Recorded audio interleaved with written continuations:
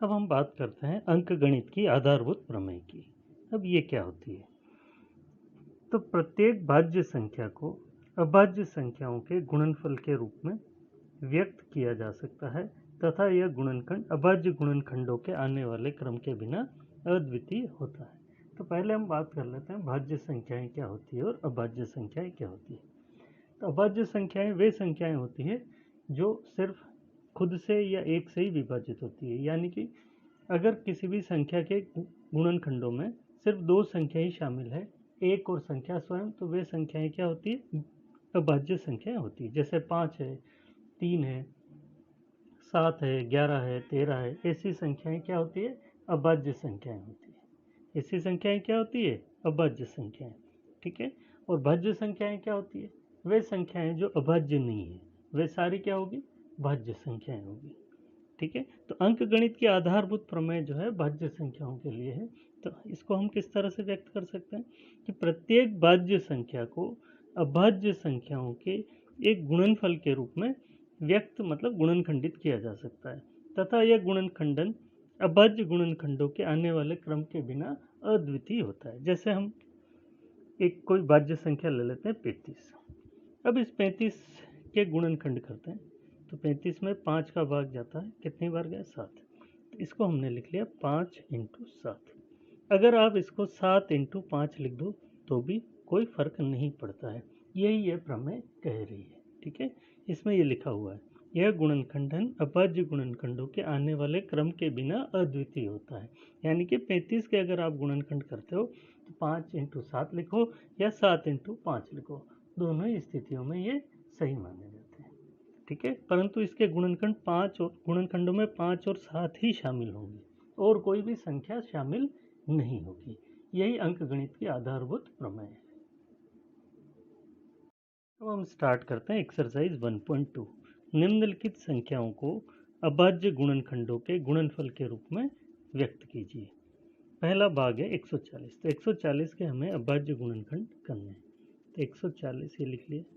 अब 140 में किसका भाग जाता है? 2 का भाग जाता है। तो 2 का भाग दिया, कितना आ गया? 70। फिर और 2 का भाग जाता है 35। फिर 5 का भाग जाता है कितनी बार? 7 बार। तो 140 के क्या गुणनखंड हो गए? 2 इंटू 2 इंटू 5 इंटू 7। अब देखिए 2 2 बार है तो इसको हम लिख लेंगे 2 घात 2 इंटू 5 इंटू 7। तो ये क्या हो गए? 140 के अभाज्य गुणनखंड हो गए। अब दूसरा भाग देखिए। अब 156। 156 के हमें अभाज्य गुणनखंड करने हैं। 2 का भाग दे देते हैं तो ये 78 आ जाएगा। फिर 2 का भाग दिया तो 39 आ गया। 3 का भाग दिया तो 13 आ गया। तो क्या गुणनखंड हो गए इसके? 2 इंटू 2 इंटू 3 इंटू 13। तो 2 2 बार है इसलिए हम 2 घात 2 लिख देंगे इंटू 3 इंटू 13। ठीक है। अब हम तीसरा पार्ट करते हैं। तीसरा पार्ट है 3825। 3825। अब इसके गुणनखंड करते हैं। तो 3825 में 3 का भाग दिया तो ये गया 1275। 12 इंटू 3 36 हो गया। 2 बचा, 2 और 2 7 बार 21, 1 और 5 तो 15 बचा, 5 बार चला गया। फिर इसी तरह से 3 का और जाएगा इसमें। 3 का भाग दिया तो ये 425 आ गया। फिर 5 का भाग दिया, 8 बार गया 40, 2 और 5 5 बार चला गया। फिर 5 का भाग और दिया तो 17। ठीक है। तो इसके गुणनखंड क्या हो गए? 3 इंटू 3 इंटू 5 इंटू 5 इंटू 17। तो अब देखिए आप 3 2 बार है तो 3 घात 2 लिख दिया। 5 2 बार है तो 5 घात 2 लिख दिया और फिर 17 लिख दिया। ठीक है। तो ये इसके क्या हो गए? गुणनखंड हो गए। तो हम चौथा भाग देखते हैं। फोर्थ पार्ट जो है वो 5005 है। इसके गुणनखंड करते हैं। तो देखिए आप 5005। अब इसमें 5 से भाग दिया तो 1001 आ गया। फिर 7 से भाग दिया तो 143 आ गया। फिर 11 से भाग दिया तो ये 13 बार चला गया। तो यहाँ इसके गुणनखंड हो गए 5 इंटू 7 इंटू 11 इंटू 13। अब कोई भी भाग रिपीट नहीं है तो ये आंसर हो गया। अब फिफ्थ पार्ट देखिए, फिफ्थ पार्ट है 7429। अब 7429 के गुणनखंड करने हैं, ये लिख लिया हमने 7429। अब 7429 में 16 तक किसी भी संख्या का भाग नहीं जाता है, तब हम 17 का भाग इसमें देते हैं। 17 का भाग दिया तो ये 437 बार चला गया। फिर 437 में 19 का भाग जाएगा और किसी संख्या का भाग नहीं जाएगा, तो ये 23 बार गया। इसके क्या गुणनखंड हो गए? 17 इंटू 19 इंटू 23। तो ये इसके क्या हो गए? अभाज्य गुणनखंड हो गए। ठीक है, तो इस तरह से किसी भी भाज्य संख्याओं को अभाज्य गुणनखंडों के गुणनफल के रूप में व्यक्त कर सकते हैं। अब देखिए क्वेश्चन नंबर 2। पूर्णांकों के निम्नलिखित युग्मों के एचसीएफ और एलसीएम ज्ञात करो तथा इसकी जांच कीजिए कि दो संख्याओं का गुणनफल जो है वो एचसीएफ और एलसीएम के गुणनफल के बराबर है। यहाँ हम एचसीएफ अभाज्य गुणनखंड विधि से ज्ञात करेंगे। पिछली एक्सरसाइज में हमने एचसीएफ यूक्लिड विभाजन एल्गोरिथ्म से ज्ञात किया था। ठीक है, यहाँ हम क्या करेंगे? अभाज्य गुणनखंड विधि से ज्ञात करेंगे। जब तक आपको नहीं लिखा जाए कि यूक्लिड विभाजन प्रमेय का यूक्लिड विभाजन एल्गोरिथ्म से ज्ञात करो, तब तक आप उस विधि से ज्ञात नहीं करेंगे। ठीक है, और अगर किसी भी विधि का नाम नहीं लिखा है तो आपको जो अच्छा लगे उस विधि से कर सकते हो। यूक्लिड विभाजन प्रमेय का से भी कर सकते हो, मतलब एल्गोरिथ्म से भी कर सकते हो, और अभाज्य गुणनखंड विधि से भी कर सकते हो। फर्स्ट पार्ट देखिए, 26 और 51, इनका हमें एचसीएफ ज्ञात करना है। तो फर्स्ट पार्ट है 26 और 91। ठीक है, 26 और 51। तो अब इन दोनों के अभाज्य गुणनखंड कर लेते हैं हम। तो 26 के गुणनखंड कर लेते हैं। तो 26 के गुणनखंड आएंगे 2 और 13। ठीक है, 26 के गुणनखंड क्या हो गए? 2 और 13। इसी तरह से 91 के गुणनखंड करेंगे तो 7 और 13। ठीक है, ये दोनों के अभाज्य गुणनखंड हो गए। अब हमें एचसीएफ ज्ञात करना है। तो एचसीएफ को सरल भाषा में समझें तो इन दोनों में से आपको जो कॉमन दिख रहा है वो लिख लीजिए, वो एचसीएफ हो गया। तो दोनों में कॉमन क्या दिख रहा है? 13। तो 13 इन दोनों संख्याओं का क्या हो गया? एचसीएफ। अब हमें एलसीएम ज्ञात करना है। एलसीएम मतलब लघुत्तम समापवर्ती ज्ञात करना है। तो उसके लिए क्या करेंगे? इन गुणनखंडों में जितनी भी अभाज्य संख्याएं हैं, कितनी दिख रही है आपको? 2, 7 और 13। रिपीट एक भी नहीं करनी है, जो भी अभाज्य संख्या है वो सारी लिख लेनी है। और इन अभाज्य संख्याओं पर जो सबसे बड़ी बड़ी घातें हो वो लिख लेनी है। तो यहाँ पर सबकी घातें एक एक ही है, इसलिए कोई लिखने की ज़रूरत नहीं है। ठीक है, तो ये क्या हो गया? एलसीएम हो गया। अब इन तीनों संख्याओं का आपस में गुणा कर लेंगे। तो तीनों संख्याओं का आपस में गुणा करेंगे तो ये आ जाएगा 182। तो ये एलसीएम हो गया और ये एचसीएफ हो गया। ठीक है, अब हमें क्या करना है? ये भी जांच करनी है कि इन दोनों संख्याओं का गुणा जो है इन दोनों संख्याओं के एचसीएफ और एलसीएम के गुणे के बराबर है। तो पहले हम क्या करते हैं? दोनों संख्याओं का गुणा कर लेते हैं। दोनों संख्याओं का गुणा 26 इंटू 91। तो 26 और 91 का गुणा कर लेते हैं तो ये आ जाएगा 2366, 2366। और एचसीएफ और एलसीएम का गुणा करके देख लेते हैं। तो 13 और 182, तो ये भी गुणा करने पर यही आ रहा है 2366। ठीक है, तो क्लियरली हमें मालूम पड़ रहा है कि दो संख्याओं का गुणा जो है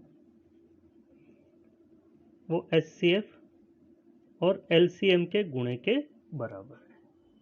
ठीक है, सेकंड पार्ट देखिए। सेकंड पार्ट में हमें 510 और 92 का एचसीएफ और एलसीएम ज्ञात करना है। तो 510 के हम टुकड़े करते हैं। तो देखिए अब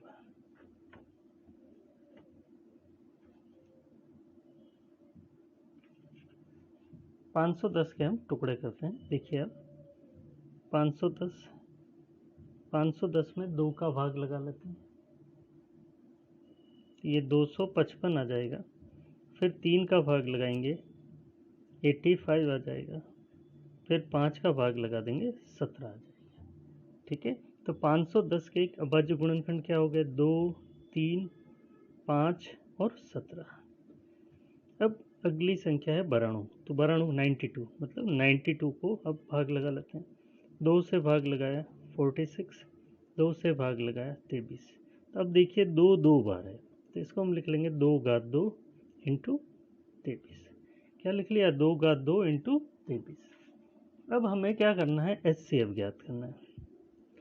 HCF का मैंने पिछले क्वेश्चन में ही बताया था, सरल भाषा में मतलब एक तरह से देखें तो कॉमन लेना ही होता है। तो इन दोनों में आपको क्या कॉमन दिख रहा है? इन दोनों में 2 और 2 घात 2, तो क्या कॉमन हो गया? 2। ये HCF हो गया। अब LCM चाहिए, तो LCM के लिए हम क्या करेंगे? जितनी भी अभाज्य संख्याएं हैं वो सारी लिख लेंगे। यहाँ पर अभाज्य संख्याएं क्या है? 2 है, 3 है, 5 है, 17 है और 23 है। ये सारी अभाज्य संख्याएं यहाँ जो आई थी इसके गुणनखंड में वो सारी लिख दी। अब इन संख्याओं पे सबसे बड़ी बड़ी घातें जो है वो देख लेते हैं। तब 2 पे सबसे बड़ी घात कितनी है? यहाँ पर 2 है, तो यहाँ लिख देंगे। अब इन सबको आपस में गुणा कर लेते हैं। 2 घात 2 मतलब 4 हो गया, 4 इंटू 3 12 हो गया, 12 इंटू 5 60 हो गया। इस तरह से सबका गुणा कर लेते हैं। इन सबका गुणा करेंगे तो गुणा करने पर आ जाएगा 23460। क्या आ जाएगा? 23460। तो ये इसका LCM हो गया। अब हमें क्या करना है? ये भी जांच करनी है कि इन दोनों का गुणा जो है HCF और LCM के गुणे के बराबर है। तो यहाँ हम दोनों संख्याओं का गुणा करके निकाल लेते हैं। दोनों संख्याओं का गुणा मतलब 510 इंटू बराणु। अब इन दोनों का गुणा किया तो ये गुणा करने पर आ गया 46920। और इसी तरह से HCF और LCM का गुणा करके देख लेते हैं। HCF है 2 और LCM है 23460। तो इन दोनों का गुणा करने पर भी यही आ रहा है 46920। तो क्लियरली यहाँ पर दो संख्याओं का गुणा जो है वो HCF और LCM के गुणे के बराबर होता है। थर्ड पार्ट देखिए। थर्ड पार्ट में हमें 336 और 54 का HCF और LCM ज्ञात करना है। तब हम इनके गुणनखंड कर लेते हैं। 336 के गुणनखंड कर लेते हैं। 336 में 2 का भाग लगाया तो 16 32 हो गया 8, ठीक है। फिर 2 से लगाया 84, फिर 2 से भाग लगाया 42, फिर 2 से लगाया 21, फिर 3 से लगाया 7। तो देखिए अब इसके गुणनखंड क्या हो गए? 2 into 2 into 2 into 2 into 3 into 7। तो 2 कितनी बार है? 4 बार है। तो 2 घात 4 लिख दिया। फिर 3 एक बार है और 7 एक बार है। तो ये 336 के क्या हो गए? अभाज्य गुणनखंड हो गए। इसी तरह से 54 के गुणनखंड कर लेते हैं। तो 54 के गुणनखंड करेंगे तो ये आ जाएगा 2 इंटू 3 घात 3, ठीक है। 2 इंटू क्या हो जाएगा? 3 घात 3 हो जाएगा। अब हम HCF निकाल लेते हैं। तो देखिए आप यहाँ क्या क्या कॉमन है? 2 घात 4 और 2 क्या कॉमन हो गया? 2। 3 और 3 घात 3 क्या कॉमन हो गया? 3। तो 2 का 3 से गुणा किया तो 6। 6 क्या हो गया? HCF हो गया। अब LCM ज्ञात करना है। तो LCM ज्ञात करने के लिए जितनी भी अभाज्य संख्याएं वो सारी लिख लेते हैं। तो यहाँ अभाज्य संख्याएं क्या क्या है? 2, 3 और 7। तीनों ही अभाज्य संख्याएं हैं। पर इन सब में सबसे बड़ी बड़ी जो घातें हैं, 2 में सबसे बड़ी घात क्या है? 4, तो 2 घात 4 लिख दिया। फिर 3 में सबसे बड़ी घात क्या है? 3, तो 3 लिख दिया, ठीक है। तो अब ये LCM हो गया। अब इन सब का गुणा कर लेते हैं। 2 घात 4 हो गया 16, 3 घात 3 हो गया 27 और 7। तो इन सब का गुणा करेंगे तो गुणा करने पर आ जाएगा 3024। इन सब का गुणा करेंगे तो क्या आ जाएगा? 3024। तो ये LCM हो गया। अब हम जांच कर लेते हैं। तो जांच कैसे करेंगे? दो संख्याओं का गुणा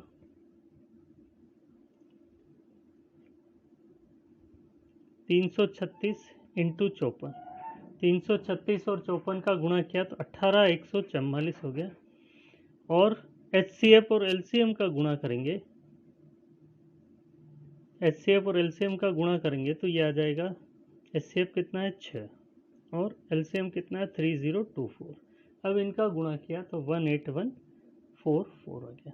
तो इस तरह से ये सत्यापित हो गया कि दो संख्याओं का गुणा जो है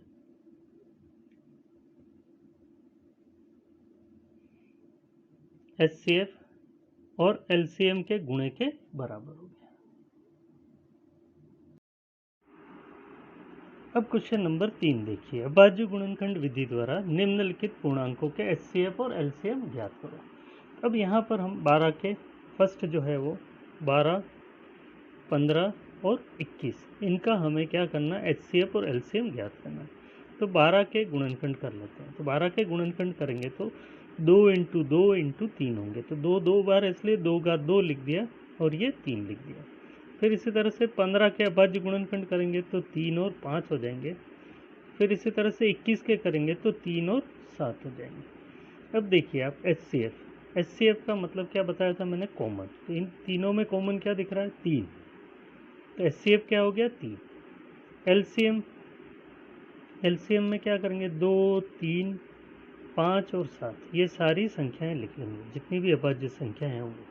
अब इसमें जो सबसे बड़ी घातें होगी इनकी वो लिख देंगे। अब जैसे 2 में सबसे बड़ी घात 2 है तो ये लिख दिया 2। अब इन सब का गुणा कर लेंगे। 2 घात 2 हो गया 4, 4 × 3 12, 12 × 5 60 हो गया। 60 का 7 से किया तो 420। तो 420 क्या हो गया, इन तीनों का एलसीएम हो गया। ठीक है। सेकंड पार्ट देखिए आप। सेकंड पार्ट में हमें 17, 23 और 29, इन तीनों का एलसीएम और एचसीएफ ज्ञात करना है।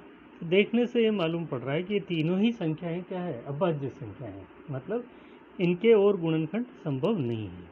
मतलब 17 में सिर्फ 17 का भाग जाता है या 1 का जाता है। तो इसलिए इसी तरह से 23 और इसी तरह से 29। तो अब इन तीनों का एचसीएफ निकालेंगे। तो जब कुछ भी कॉमन नहीं है, मतलब यहाँ पर और कोई गुणनखंड नहीं है, तो इनमें से इनका एचसीएफ क्या हो जाता है, 1 हो जाता है। ठीक है। जब इनके कोई गुणनखंड नहीं है तो इनका एचसीएफ क्या हो गया, 1 हो गया।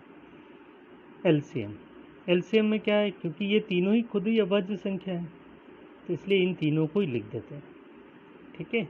अब इन तीनों का ही गुणा करके देख लेते हैं। तो इन तीनों का गुणनफल निकालेंगे तो वो 11339 आ जाएगा। तो ये क्या हो गया, इन तीनों का एलसीएम हो गया। अब थर्ड पार्ट देखिए आप। थर्ड में है 8, 9 और 25, इनका एचसीएफ निकालना और एलसीएम निकालना। अब 8 के गुणनखंड करेंगे तो 8 के गुणनखंड करेंगे तो 2 × 2 × 2 आएंगे। तो मतलब 2 घात 3 हो जाएगा। फिर 9 के गुणनखंड करेंगे तो 3 × 3, मतलब 3 घात 2 हो गया। 25 के गुणनखंड करेंगे तो 5 × 5, मतलब 5 स्क्वायर हो गया। अब एचसीएफ, तो यहाँ पर भी तीनों में से कुछ भी कॉमन नहीं है, तो मतलब 1 कॉमन हो गया, एचसीएफ 1 हो गया। एलसीएम देखिए आप। एलसीएम में 2, 3 और 5, तीनों ही संख्याएं हमने लिख दी, तीनों ही अभाज्य संख्याएं जो हैं। अब इनमें जो इन सब की जो बड़ी बड़ी घातें हैं वो लिख लेते हैं। अब जैसे 2 में सबसे ऊंची घात कितनी है, 3, तो हमने ये 3 लिख लिया। 3 में सबसे ऊंची घात कितनी है, 2, तो 2 लिख लिया। फिर इसी तरह से 5 में बड़ी घात 2 है तो 2 लिख लिया। अब इसको सॉल्व कर लेते हैं। 5 घात 2 हो गया 25, 2 घात 3 हो गया 8, 8 × 25 किया तो 200 हो गया। और 200 का 3 घात 2, 3 घात 2 मतलब 9 से, तो 200 का 9 से गुणा किया तो ये आ गया 1800। तो 1800 क्या हो गया, इन तीनों का एलसीएम हो गया। अगला क्वेश्चन देखते हैं, क्वेश्चन नंबर 4। एचसीएफ 306 और 657, मतलब 306 और 657 का एचसीएफ 9 दिया हुआ है। हमें 306 और 657 का एलसीएम ज्ञात करना है। ठीक है। अभी हम जो क्वेश्चन नंबर 2 था उसमें हमने पढ़ा था कि दो संख्याओं का गुणा जो होता है वो उनके एचसीएफ और एलसीएम के गुणे के बराबर होता है। ठीक है। दो संख्याओं का गुणनफल उन संख्याओं के एचसीएफ और एलसीएम के गुणे के बराबर होता है, यानी कि एचसीएफ × एलसीएम बराबर दो संख्याओं का गुणा। अब आप यहाँ देखिए, एचसीएफ क्या है, 9, और एलसीएम हमें ज्ञात करना है। संख्याएं क्या क्या है, 306 और 657। ठीक है। तो अब हम एलसीएम बराबर 306 × 657, ये 9 उलट के नीचे आ जाएगा। अब 9 से काट देते हैं, 3 बार 27, 3 और 6 बचा, 4 बार 36। अब इन दोनों का गुणा कर लेते हैं, 2, 2, 3, 3, 8 आ जाएगा। तो ये क्या हो गया, एलसीएम हो गया 306 और 657 का। ठीक है। अब देखिए क्वेश्चन नंबर 5। जांच कीजिए कि क्या किसी प्राकृत संख्या n के लिए 6 घात n अंक 0 पर समाप्त हो सकती है। अब प्राकृत संख्याएं क्या होती है? 1 2 3 4 वगैरह, ये जो है प्राकृत संख्याएं होती है। n बराबर जैसे मैंने 1 रखा तो 6 घात 1 हो गया बराबर 6 आया। फिर 6 घात 2 रखा 36 आया। 6 घात 3 रखा 216 आया। तो अंतिम संख्या क्या आ रही है? 6 आ रही है। हमें क्या पूछा गया है कि n का क्या ऐसा कोई मान संभव है जिसको रखने पर ये अंतिम अंक क्या आ जाए? 0 आ जाए। हमें ये पता करना है। ठीक है। तो हम क्या जानते हैं कि कोई भी संख्या है, जैसे मान लिया 40 है। अब ये अंत में इसमें 0 आ रहा है। ठीक है। तो अब इसमें 0 क्यों आ रहा है? तो इसके गुणनखंड करेंगे तो पता चलेगा कि इसमें 0 क्यों आ रहा है। तो 40 के गुणनखंड कर लेते हैं। तो 2 इंटू 2 इंटू 2 पर हमें ये पता लग रहा है कि इसके गुणनखंड में 2 और 5 शामिल। तो अगर किसी भी संख्या के गुणनखंड में 2 और 5 शामिल होंगे तो ही वो संख्या क्या होगी? 0 पर समाप्त हो सकेगी। जबकि 6 के गुणनखंड करने पर हम देखते हैं कि 6 के गुणनखंड करने पर 2 और 3 ही आते हैं। ठीक है। इसमें 5 नहीं आता है। अंक गणित की आधारभूत प्रमेय की अद्वितीयता हमें क्या बताती है कि अगर किसी संख्या के गुणनखंड 2 और 3 है तो वो 2 और 3 ही रहेंगे, 2 और 5 नहीं हो सकते। तो इसलिए n का ऐसा कोई मान संभव नहीं है जिसको रखने पर 6 घात n 0 पर समाप्त हो जाए। ठीक है। इसे हम लिख लेते हैं। यदि किसी n के लिए या n के किसी मान के लिए, ऐसा भी लिख सकता हूँ, यदि किसी n के लिए संख्या 6 घात n 0 पर समाप्त होगी तो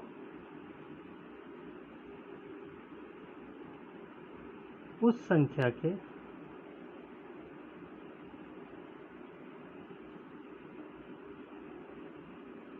अभाज्य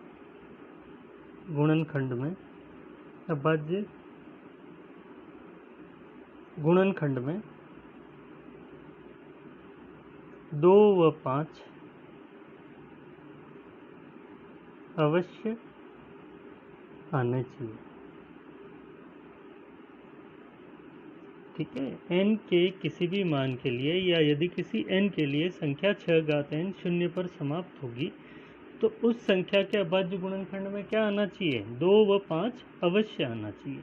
या यूं भी लिख सकते हैं कि वह संख्या 2 और 5 से विभाज्य हो सकती है। ठीक है। परंतु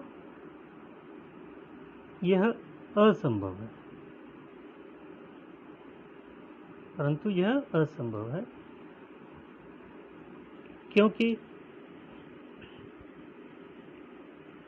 6 के अभाज्य गुणनखंड में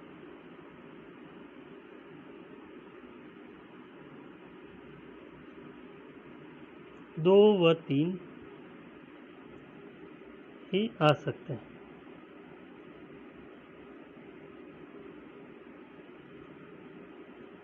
अंक गणित की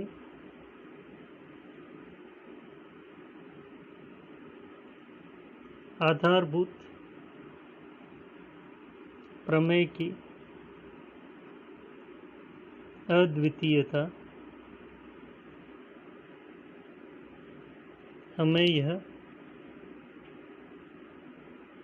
निश्चित करती है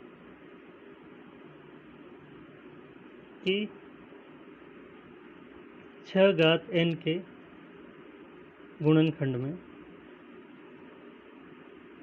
2 व 3 के अतिरिक्त कोई और अभाज्य गुणनखंड नहीं हो सकता। अतः n का ऐसा कोई मान नहीं है जिसके लिए 6 घात n शून्य पर समाप्त हो जाए।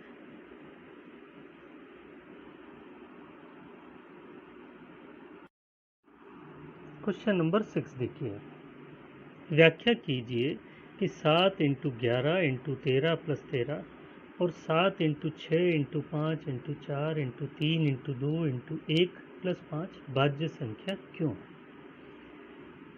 जैसा कि हमने पिछले क्वेश्चन में देखा था कि अभाज्य संख्याएं क्या होती है, ये परिभाषा बताई थी हमने, ठीक है। तो अभाज्य संख्याएं क्या होती है, वे संख्याएं जिसके गुणनखंड में दो ही संख्या शामिल हो। जैसे मान लिया 5 एक अभाज्य संख्या है तो इसके गुणनखंड में 1 और 5 ही शामिल है।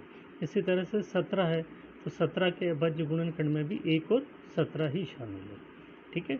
तो वे संख्याएं जो संख्या स्वयं से और 1 से ही विभाजित होती है वे क्या कहलाती है, अभाज्य संख्याएं कहलाती है। और जो संख्याएं अभाज्य नहीं है वे क्या कहलाएगी, भाज्य संख्याएं कहलाएगी। तो यहाँ हमें ये समझाना है कि ये संख्या अभाज्य है तो क्यों है, या भाज्य है तो क्यों है, ठीक है। पहला पार्ट हम देख लेते हैं। 7 इंटू 11 इंटू 13 प्लस 13। देखिए आप, अब यहाँ इस पूरे में से क्या कॉमन दिख रहा है, 13। तो क्या रह गया, 7 इंटू 11 इंटू 1 प्लस 1।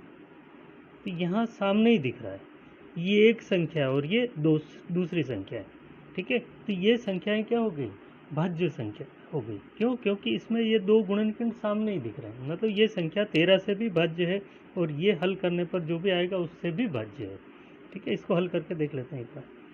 ये हो गया 77 प्लस 1 78।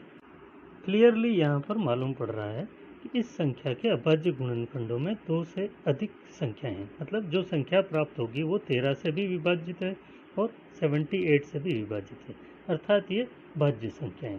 अभाज्य संख्या होती तो सिर्फ संख्या स्वयं से विभाजित होती और 1 से विभाजित होती, ठीक है।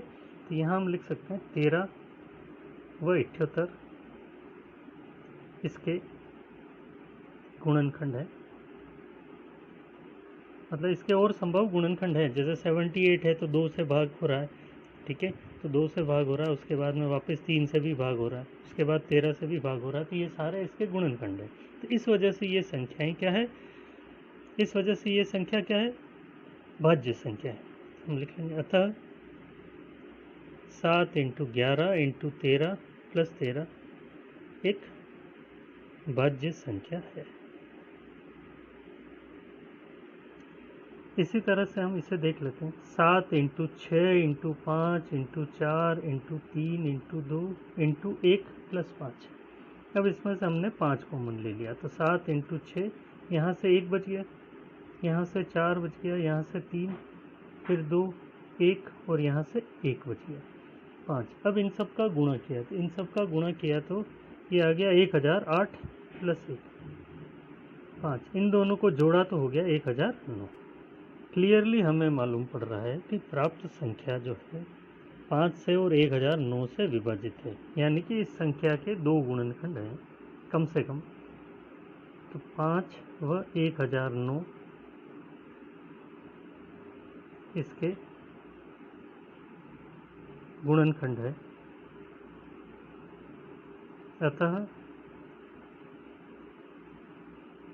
7 into 6 into 5 into 4 into 3 into 2 into 1 plus 5 एक भाज्य संख्या है।